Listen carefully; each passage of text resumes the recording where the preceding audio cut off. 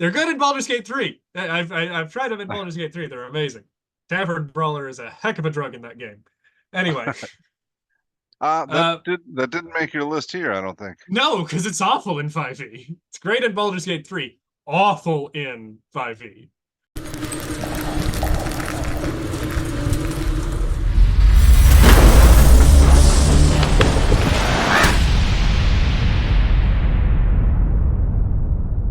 Hello, friends. Robert Bevan here, author of the Caverns Creatures series of comedy, fantasy novels, and short stories. With me is Cameron, aka Prince Phantom, and today we're going to go over his top picks for the best feats for a monk. Yeah, monks. Monks have an interesting relationship with feats in that not many actually work with them. Yes. And it's like sugarcoating a turd. What? Yeah, yeah. Let's get into it because monks have an interesting relationship with feats in that they can't use heavy weapons really at all. So that really takes away any of the Great Weapon Master, Polearm Master, stuff like that. They don't need Polearm Master anyway. They're already making bonus action attacks. Yeah. Um, so that leaves you with maybe if you want to do a ranged monk, you could we'll talk about that here in a second. But there's really not many like go to have to have it pick it up immediately feats for a monk. You actually have a lot of freedom in your selections. Now, that being said, you have that freedom because there aren't standout good options. So this isn't a point in Monk's favor. It just means that there's a bit more customizability, I suppose. Well, like, if there's not a whole lot that enhances what a monk does, then do you just lean into stuff that gives you spells and wish It's you a were lot of playing that, a yeah. different class? It's a lot of stuff that gives us spells. You're right. Yeah. And there are a couple of things that can enhance our, martial prowess. So we'll talk about those first, if that's something that you're interested in. So I do think that people, if you're going to play a monk, you should consider a ranged monk, which would obviously play into Sharpshooter. All right. Well, that's interesting because I mean that's not what I think of with a monk. Yeah, you're right. Now, the class actually does have a couple of things that really play into being a ranged character, though. And built correctly, a ranged monk can actually put out a very good amount of damage. If you want to look into the full deep dive of it, just type in the word gunk 5e on Google and you will figure it out. But the short of it is, monks get a feature that was introduced in Tasha's called Key Empowered Attack, where if they spend key at any point during their turn, they can make a bonus action attack with a weapon. So they don't have to punch, they can shoot a bow. So um, basically, monks actually make for decent ranged characters. Now, there are a couple of trade offs for playing ranged. One is that you can't use Stunning Strike. That's kind of a And big one. but that's about where it ends, to be honest. Well, I Now, mean, that's a lot of monk's power, though, right? yeah, so let's talk about Stunning Strike, right? So you get to punch somebody, and when you hit, you can decide if you want to Stunning Strike or not, which is good because you don't waste a use. Costs a Yeah. key point. You inflict a con save. If they fail the con save, then they are stunned for 1 round. And what stunned does is it makes them unable to move, unable to take actions, and it attacks against them have advantage. So stunned is a really good condition. Sure. Stunning something for even only 1 round is really good. The con save makes it very unreliable, but if you dump enough key into it, you can probably get it to land if you really, really want to. What do you mean dump enough key? So if I walk me through this, I Yeah, punch a guy and I spend a key point for a stunning strike. okay. Are you with me? Yeah, so if they fail to save, then good, they're stunned.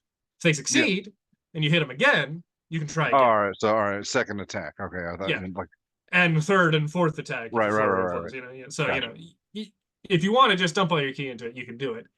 Thing is, though, uh, you'll do a lot more damage with a ranged build that spreads their key more evenly over their turns, rather than dumping it all into trying to get a stun to land. Also, I find key is one of the most limited resources of the game, Yes. of limited resources in the game. Yeah. So the ranged monk is one, it's conservative with their key points. It plays well because being a ranged monk is better than being a melee monk in just about every way. You get to pick your targets more easily. You stay away from combat. Monks are the most fragile class in this whole game. They have a D8 hit die, terrible AC, no armor, no shield, no defensive spells, and no real items that buff them in terms of magic items. There's a bracers of defense, which give them a +2 AC because they're not wearing armor. Mm. And that's about it. What are you using your key for when you're making ranged attacks? Yeah, so there's a couple of things. And the reason that Sharpshooter specifically works so well with this is because monks get another feature called key focused aim, Mm. also introduced in Tasha's, that allows them to spend 1 key point after they miss with an attack to add +2 to their attack roll. So if you're trying to hit an AC of 15 and you roll a 13, you can spend 1 key point to add 2 to the attack rolls, now make it a hit. They can additionally spend 2 key points to make it +4, 3 key points to make it +6. So if you really want if you really want to buff your accuracy, you can. And doing so, by buffing your accuracy like that, you're getting an extra hit with Sharpshooter, which is a lot of damage. And you're also turning on key powered attack. So you can make that attack with your bonus action. So it's a really neat play pattern. It does require key points, so it is a limited play pattern. Mm-hmm. But if you have, consistent short rests, or if you only are at a table where you have 1 combat per day, which, by the way, is the table where Monk shines. It's also the table where every character shines, but Monk kind of needs it more than anybody else. It's a really good play pattern, and I highly recommend, if you haven't looked into what being a ranged monk can provide, it's the best way to play the class. It actually makes the class kind of fun to play and useful and pumps out good damage numbers. All right, one more question before we get into the feats. All right, if you're playing a ranged... We are into the feats. We're talking about Sharpshooter. Oh, yeah, we are. Okay. You're playing a ranged monk. Is there any advantage to that over playing a different ranged class? There are some.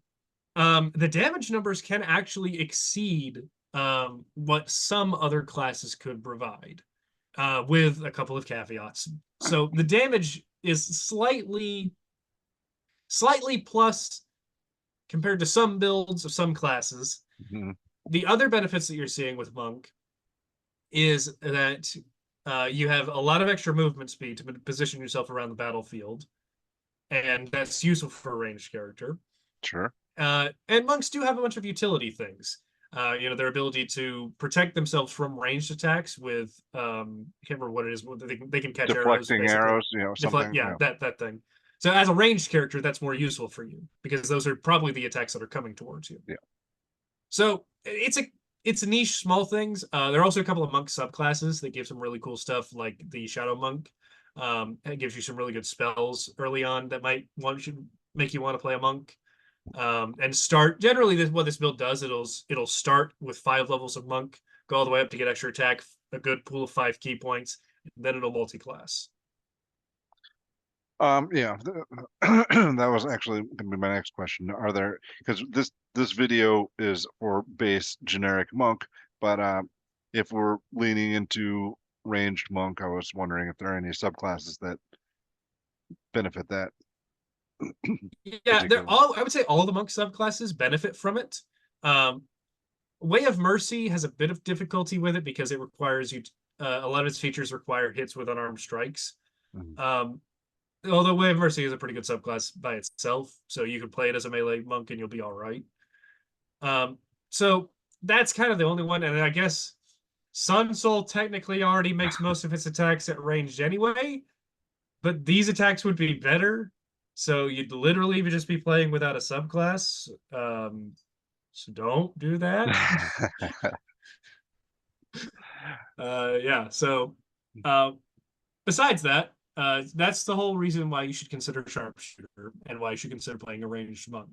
Now, leaning into that further, if you would like, you could take Fighting Initiate. Now, there's a couple options with Fighting Initiate. Fighting Initiate gives you a fighting style. And this is mostly for monks that don't want a multi-class. Because if you're going to multi-class, your first port of call is probably either ranger or fighter. And those give fighting styles either at level 1 or level 2. So not Yeah. really a need to take a feat for it then. But if you're going straight class, fighting initiate can either give you archery for the sharpshooter build, which would be a very good help. Initially, if you want to be a melee monk and you know you're not going to be going to high level play, the unarmed fighting style does increase your monk die. Well, it doesn't technically increase your monk die. It increases your unarmed strikes from a D4 to a D8. That's pretty good. Yeah, it's an average of an additional 2 damage per strike. Now, exactly how good that is going to depend on your level of play, because the monk die will scale to a D8, I believe, at level 9. And then at which point this does nothing then? Yes, it does still nothing. Oh, wow. Never mind. That's not great.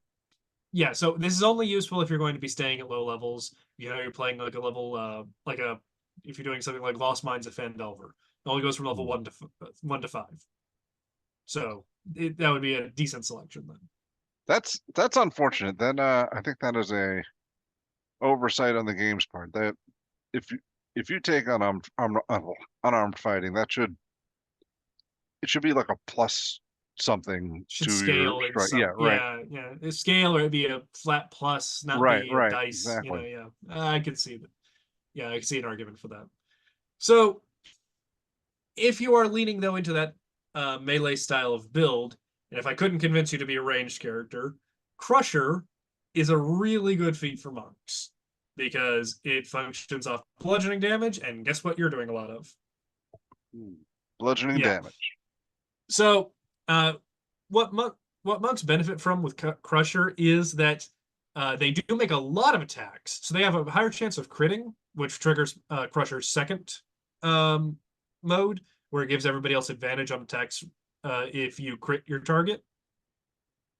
So they get a higher chance of doing that because they roll more dice. It's just a higher chance to crit. Yeah. And that 5-foot push allows the monk to safely disengage without having to use their bonus action and a key point on Step of the Wind to disengage, which is ridiculous. So yeah, that makes for an interesting play pattern. If it builds. If you can land that crit, great. If not, you get to run away because you're a monk. Yeah. It does play into the skirmisher playstyle, which I will say is difficult to actually effectively pull off in Dungeons & Dragons 5th edition. But if you want to actually try it, Crusher is step 1. So those are like my main, you want to buff your combat, you want to buff your damage rolls, all that stuff. And you notice, compared to other martials, you're not actually increasing your damage very much unless you go the archery sharpshooter build play style. That's really your only port of call if you want to increase your damage. Yeah, well, that's not super impressive so far. No, outside of that, we're starting to look at feats you're going to take around level 8. You might be interested in something like Gift of the Gem Dragon, which helps play into the skirmisher play style.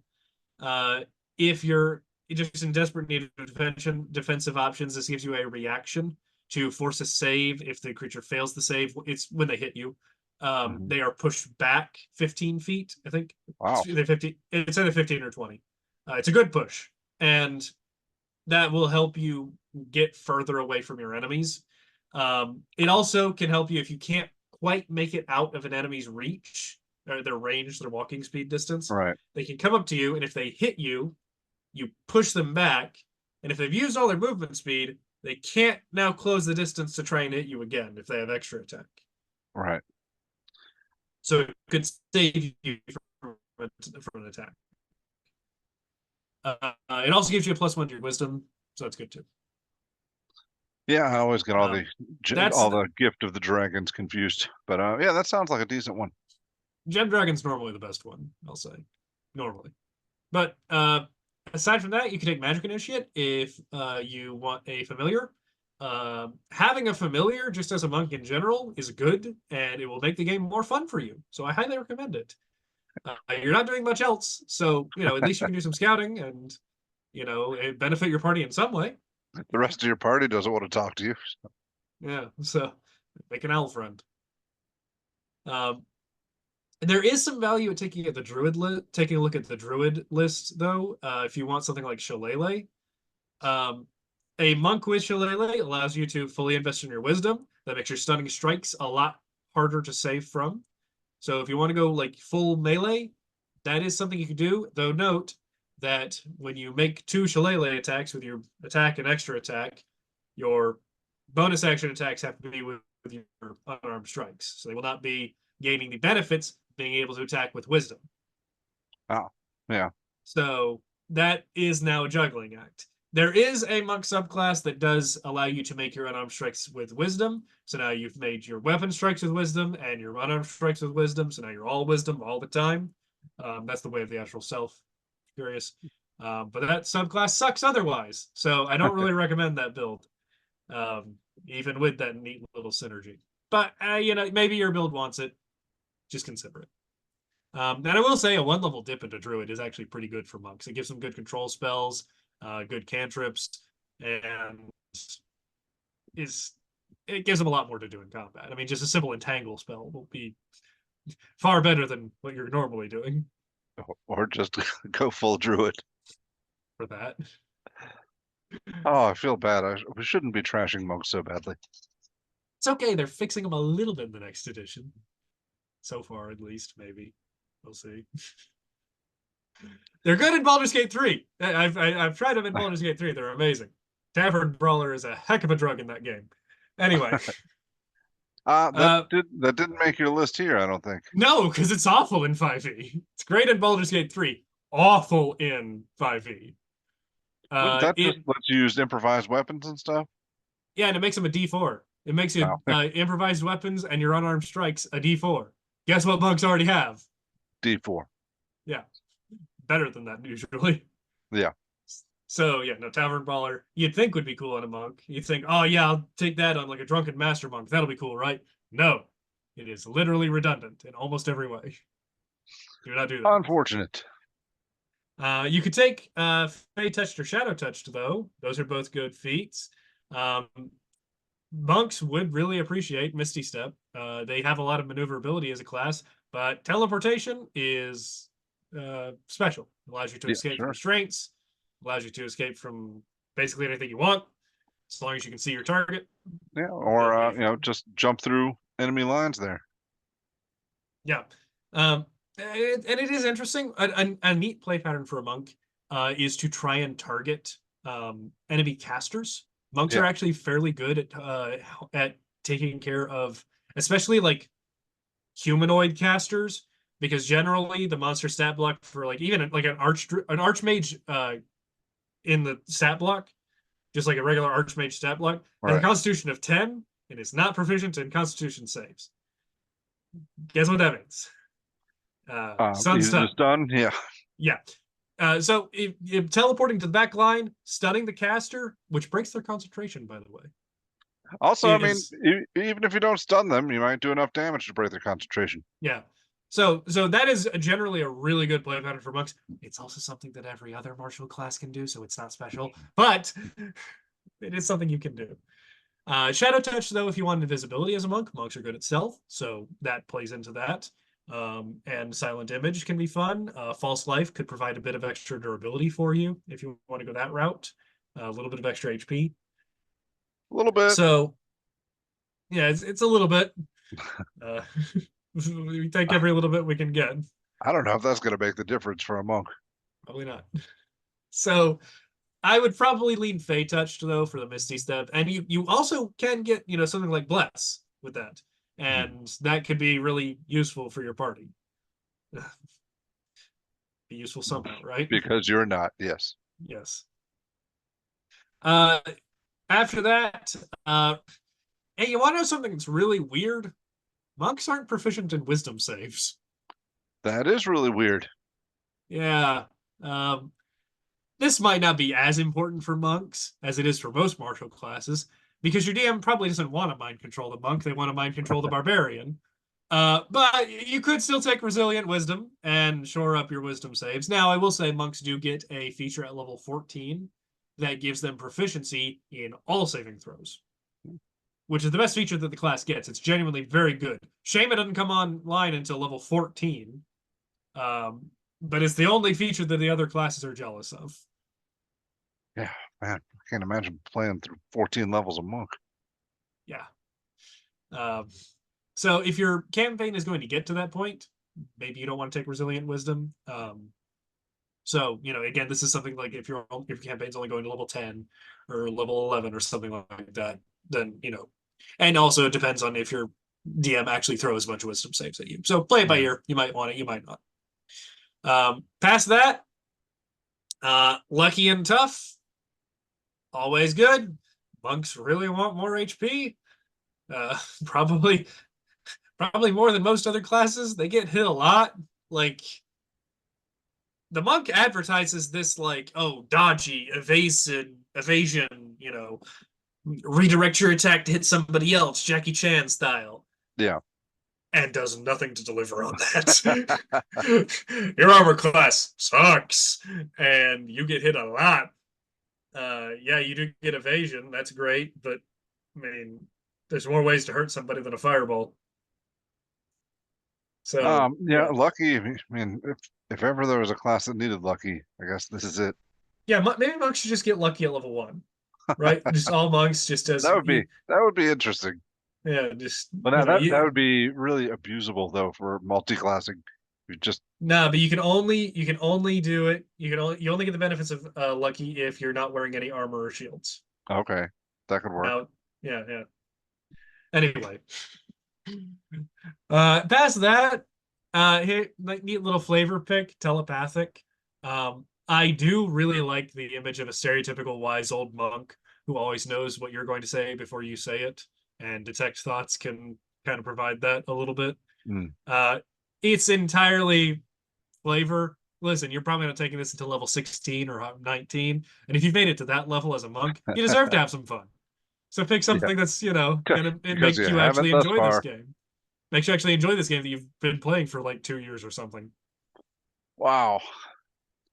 So I was thinking telekinetic because the tele, but now that I think about it, you're already using up your bonus action quite a bit.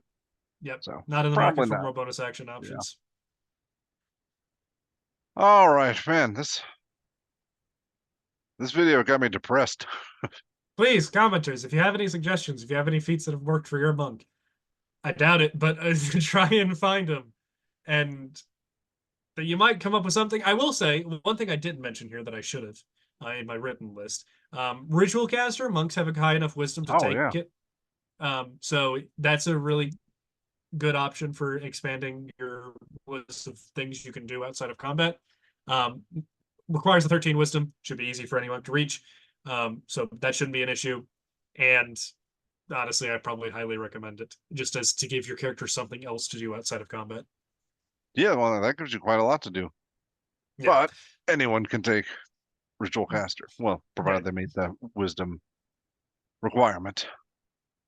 Yeah, I recommend it for most marshals. Yeah. Yeah. All right. Well, that was the best feats for monk. That was a sad video. Yep. The best. Remember, the best. What were we looking at? What do we want in a feat for a month? Something that lets it do anything. All right. Yep. Does it synergize with the class in any way whatsoever? Put it on the list. All right. Well, thank you, Cameron, and thank you, everyone, for joining us. Let us know what you think down in the comments. I know some of you love your monks. Give us some better picks then. Give us your abuse, your verbal abuse, whatever you got. Leave us some comments. Also, like and subscribe, and we'll see you next time. Goodbye.